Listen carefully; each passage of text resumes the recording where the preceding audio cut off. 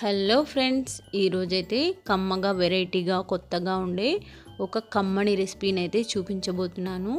Starting నుంచి ending వరకు skip చేయకుండా చూసేయండి. టేస్ట్ అయితే చాలా బాగుంటుంది. చేయడం రాని వాళ్ళు చేసినా కూడా అద్భుతంగా ఉంటుంది.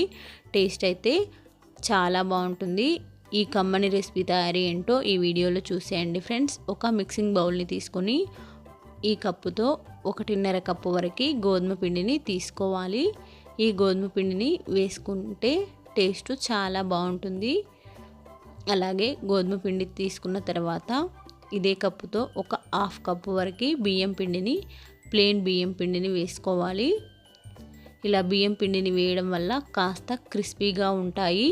బియ్యం పిండిని మరీ ఎక్కువ వేసినా కూడా ఇవి తీసేటప్పుడు అంతగా రావు.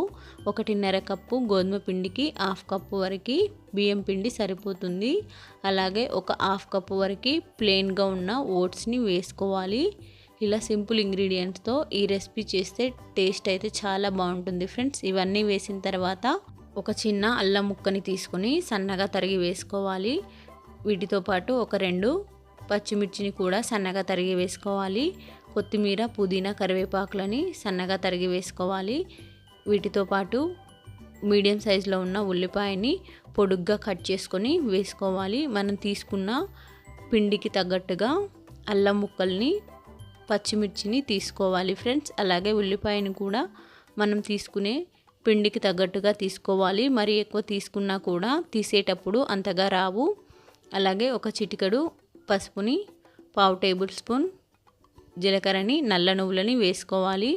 ఇవన్నీ వేసిన తర్వాత 1.5 టేబుల్ స్పూన్ వరకు గట్టి పెరుగుని కానీ, ఈ పెరుగుని మజ్జిగలా చేసుకుని కానీ ఈ పిండిలోకి వేసుకొని విస్కర్తో బాగా మిక్స్ చేసుకోవాలి. ఇలా వాటర్ వేయకుండా ముందే మిక్స్ చేసుకున్నట్లయితే పెరుగు మొత్తం పిండికి బాగా పడుతుంది. ఇలా పెరుగు మొత్తం కలిపిన తర్వాత ఉల్లిపాయలు, అల్లం, పచ్చిమిర్చిలో ఉన్న వాటర్తో మొదటగా కలుపుకోవాలి. ఇవన్నీ కలిపిన తర్వాత కొద్దిగా వాటర్ని యాడ్ చేసుకుంటూ విస్కర్తో కొద్దిగా జారులా ఉండేలాగా ఈ పిండిని అయితే కలుపుకోవాలి ఫ్రెండ్స్. వాటర్ అయితే ఒక 2 టీ గ్లాసుల అంతా పడుతుంది. ఇలా మనం తీసుకున్న క్వాంటిటీకి తగ్గట్టుగా వాటర్ని, టేస్ట్కి సరిపడా ఉప్పుని వేసుకొని ఇలా పిండిని కాస్త లూజ్గా కలుపుకోవాలి. ఇలా ఒక 5 మినిట్స్ వరకు బాగా మిక్స్ చేశారంటే పిండి ఉండలేమీ లేకుండా మొత్తం బాగా కలిసిపోతుంది. ఆ తర్వాత ఒక కడాయి పెట్టుకొని ఒక 1/2 పావు వరకు ఆయిల్ని వేసుకోవాలి. ఇలా ఆయిల్ బాగా హీట్ చేసుకొని వేసేటప్పుడు ఫ్లేమ్ని స్లోగా పెట్టుకొని ఒక 2 ఫుల్ స్పూన్ల వరకు పిండిని వేసుకోవాలి. ఇలా పిండిని వేసి కాస్త మందంగా ఉండేలాగా స్ప్రెడ్ చేసుకోవాలి.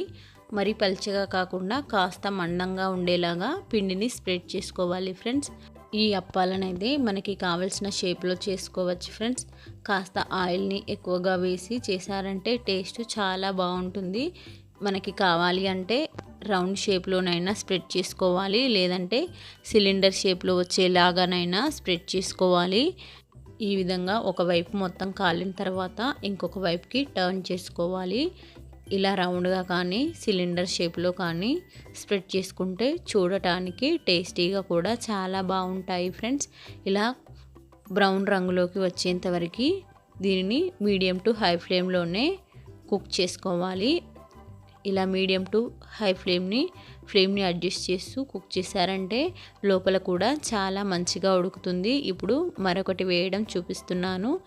ఇప్పుడు కాస్త మిగిలిన ఆయిల్లోకి 1/2 టేబుల్ స్పూన్ వరకు ఆయిల్ని వేసి ఒక 2 టేబుల్ స్పూన్ల పిండిని వేసి మందంగా ఉండేలాగా స్ప్రెడ్ చేసుకోవాలి. ఇలా ఒకవైపు కాలిన తర్వాత ఇంకొక వైపుకి తీసారంటే 2 వైపులా కూడాను మంచి రంగులోకి వచ్చేంత వరకు కుక్ చేసుకోవాలి. ఇలా ఆయిల్లో ఫ్రై చేసుకోవాలి. ఇలా ఫ్రై చేశారంటే టేస్ట్ కూడా చాలా యమ్మీగా ఉంటుంది.